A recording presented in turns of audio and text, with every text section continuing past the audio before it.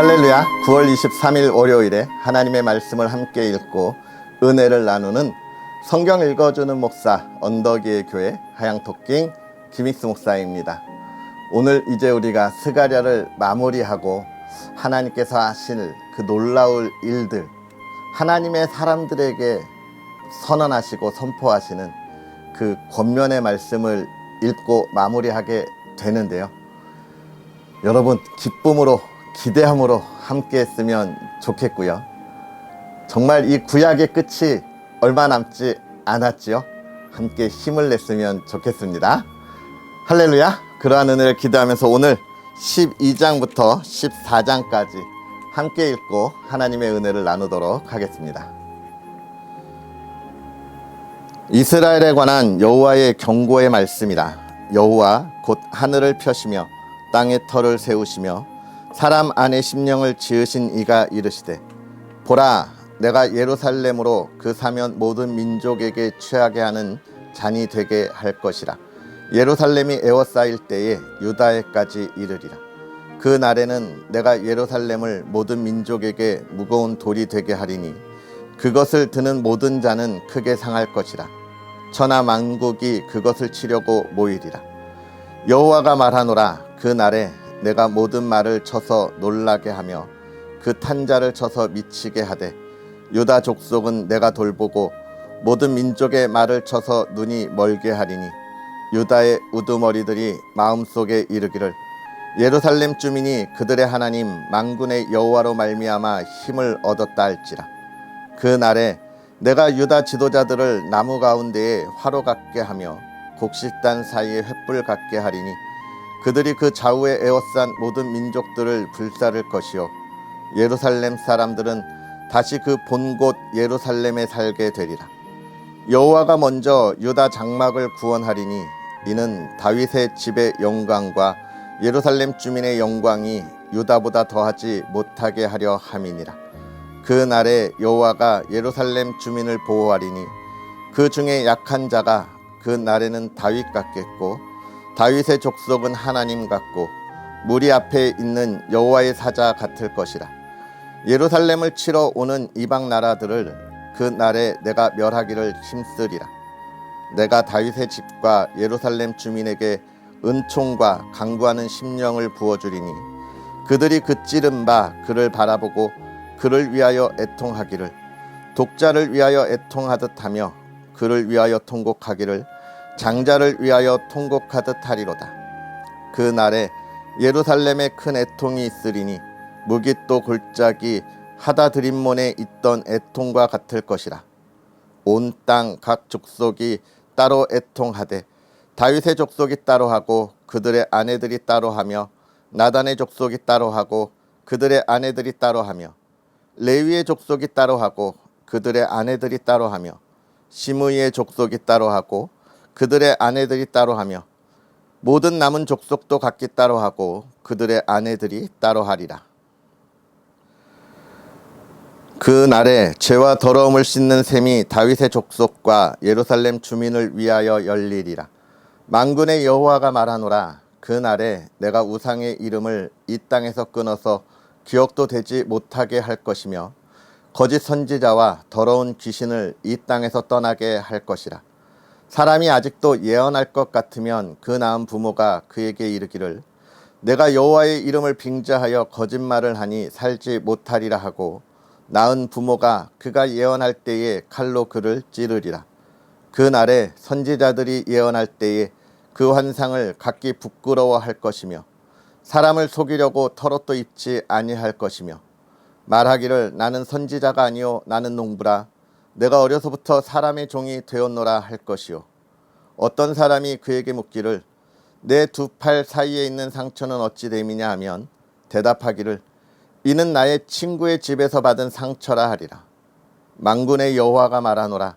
가라, 깨어서 내 목자 내 짝된 자를 치라. 목자를 치면 양이 흩어지려니와 작은 자들 위에는 내가 내 손을 들이우리라. 여호와가 말하노라. 이 온 땅에서 3분의 2는 멸망하고 3분의 1은 거기 남으리니 내가 그 3분의 1을 불 가운데에 던져 은같이 연단하며 금같이 시험할 것이라. 그들이 내 이름을 부르리니 내가 들을 것이며 나는 말하기를 이는 내 백성이라 할 것이요 그들은 말하기를 여호와는 내 하나님이시라 하리라. 여호와의 날이 이르리라. 그날에 내 재물이 약탈되어 내 가운데에서 나누이리라. 내가 이방 나라들을 모아 예루살렘과 싸우게 하리니 성읍이 함락되며 가옥이 약탈되며 부녀가 욕을 당하며 성읍 백성이 절반이나 사로잡혀 가려니와 남은 백성은 성읍에서 끊어지지 아니하리라. 그때에 여호와께서 나가사 그 이방 나라들을 치시되 이왕의 전쟁 날에 싸운 것 같이 하시리라. 그 날에 그의 발이 예루살렘 앞 곧 동쪽 감람산에 서실 것이요 감람산은 그 가운데가 동서로 갈라져 매우 큰 골짜기가 되어서 산 절반은 북으로 절반은 남으로 옮기고 그 산 골짜기는 아셀까지 이를지라. 너희가 그 산 골짜기로 도망하되 유다 왕 우시야 때에 지진을 피하여 도망하던 것 같이 하리라. 나의 하나님 여호와께서 임하실 것이요 모든 거룩한 자들이 주와 함께 하리라. 그 날에는 빛이 없겠고 광명한 것들은 떠날 것이라. 여호와께서 하시는 한 날이 있으리니 낮도 아니요 밤도 아니라 어두워 갈 때에 빛이 있으리로다. 그 날에 생수가 예루살렘에서 솟아나서 절반은 동해로 절반은 서해로 흐를 것이라. 여름에도 겨울에도 그러하리라. 여호와께서 천하의 왕이 되시리니 그 날에는 여호와께서 홀로 한 분이실 것이요 그의 이름이 홀로 하나이실 것이라.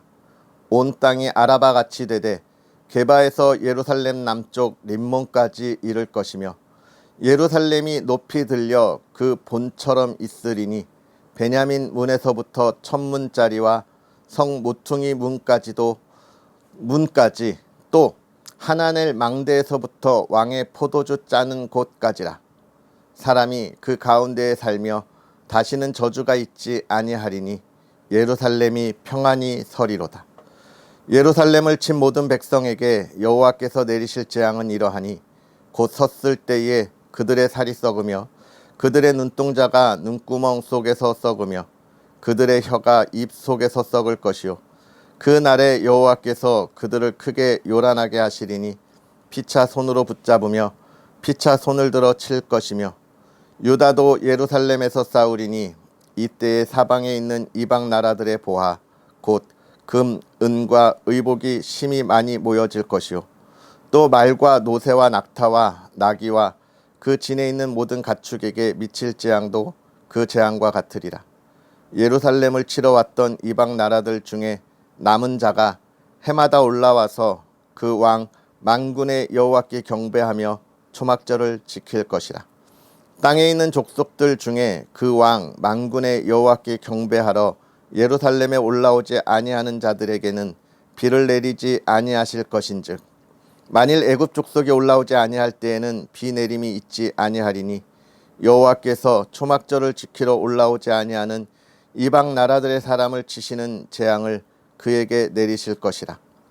애굽 사람이나 이방 나라 사람이나 초막절을 지키러 올라오지 아니하는 자가 받을 벌이 그러하니라. 그 날에는 말 방울에까지 여호와께 성결이라 기록될 것이라. 여호와의 전에 있는 모든 솥이 제단 앞 주발과 다름이 없을 것이니 예루살렘과 유다의 모든 솥이 만군의 여호와의 성물이 될 것인즉 제사 드리는 자가 와서 이 솥을 가져다가 그것으로 고기를 삶으리라. 그 날에는 만군의 여호와의 전에 가나안 사람이 다시 있지 아니하리라. 아멘. 할렐루야. 하나님의 크신 은혜가 오늘 그리고 이번 한 주에도 여러분에게 가득하기를 주님의 이름으로 축복합니다. 오늘 우리가 읽은 이 스가랴의 말씀, 전체적으로 이 말씀을 다시 한번 돌아보면 하나님의 백성들에게 많은 대적들이 일어났습니다. 어제도 말씀드렸지만 이 지금 예루살렘에 있어서 이 스가랴의 이야기를 듣는 이들은 어떤 이들이었습니까? 그들은 참 대단한 신앙을 가지고 있는 사람들이라 말씀드렸죠. 세상에 있는 이들이 참 저렇게 믿음이 투철할 수가 라고 생각되는 놀라운 이들입니다. 왜냐하면 포로로 끌려가서 70년의 시간을 보내다가 다시 예루살렘으로 돌아온 이들이에요. 그곳에서 이루었던 삶의 모든 터전들을 다 내려두고 하나님께서 우리에게 약속하신 약속의 땅으로 가자. 굉장한 일입니다, 여러분. 여러분이 저와 같은 목회자들을 보고 참 존경하는 이유가 뭘까요? 참 부족하고 연약하고 참 보잘것없는데도 참 많은 성도님들이 섬겨주시는 모습에 제가 참 너무 감사하고 감동을 받습니다. 왜 그럴까요? 아마도 이 세상에 살아가는 그 삶의 모든 여러 가지 길이 있지만 그것을 다 내려놓고 오직 하나님만 바라보고 하나님의 사람들에게 온전한 하나님의 말씀을 전하려고 몸부림치는 모습이 여러분이 볼 때 참 감사하기 때문이 아닐까요? 큰 믿음의 소유자처럼 보였기 때문이 아닐까요? 그처럼 자신의 것을 내려놓는다고 하는 것은 어려운 일이에요. 그런데 예루살렘에 왔던 이들은 그런 일을 하고 지금 나아갔던 이들인데 예루살렘에 오니 수많은 대적들이 있어서 그들의 방해와 그들의 또 시기와 질투 속에 하나님의 일이 멈추어지는 겁니다. 그것에 대하여 하나님이 권면하시는 거죠. 힘을 내라, 힘을 내라, 힘을 내라 하는 내용이 1장부터 8장까지입니다. 9장부터는요. 너희가 힘을 내면 무엇을 본다고요? 하나님의 영광, 나의 영광을 너희가 볼 거야 라고 이야기하는 게 스가랴의 말씀입니다. 오늘 우리가 하나님 앞에서 이 믿음을 가져야 돼요. 흔들리지 않는 믿음을 가져야 합니다. 그런데 어려워요. 우리가 가끔가다 그럴 때가 있습니다. 저렇게 믿음 좋은 사람이 어쩌다가 이런 모습을 볼 때가 있어요. 시련에 흔들리고 무너져 내리는 그 신앙의 모습을 볼 때가 있습니다. 세상의 것을 주체하지 못해서 쓰러지는 모습을 보게 돼요. 제 친한 목사님도 정말 열정적으로 사역을 열심히 했습니다. 그런데 세상의 시험에 흔들리고 무너지고 좌절하는 모습을 저도 봤어요. 너무 열심히 목회를 하고 정말 하나님의 뜨거움을 갖고 있었는데 너무 안타까운 그런 모습을 보게 됩니다. 제가 이 여러분과 성경 읽기를 정말 이렇게까지 열심히 하는 이유가 뭡니까? 제가 이거 안 하면 저 역시도 그렇게 무너지고 쓰러질 수밖에 없는 연약한 사람이니까 사실은 여러분이 지금 저를 붙잡아 주고 있는 거예요. 여러분이 저를 흔들리지 않도록 꽉 붙잡아 주고 있는 거예요. 저도 그렇게 연약해요. 우리의 신앙이 그렇습니다. 우리의 신앙은 자랑할 것이 못 되는 거예요. 그 이야기를 우리가 이 스가랴를 보면서 우리의 신앙을 돌아볼 수 있어야 하고요. 그러나 이런 연약하고 부족한 우리들에게 하나님이 어떻게 하신다고요? 9장부터 이야기하시는 거예요.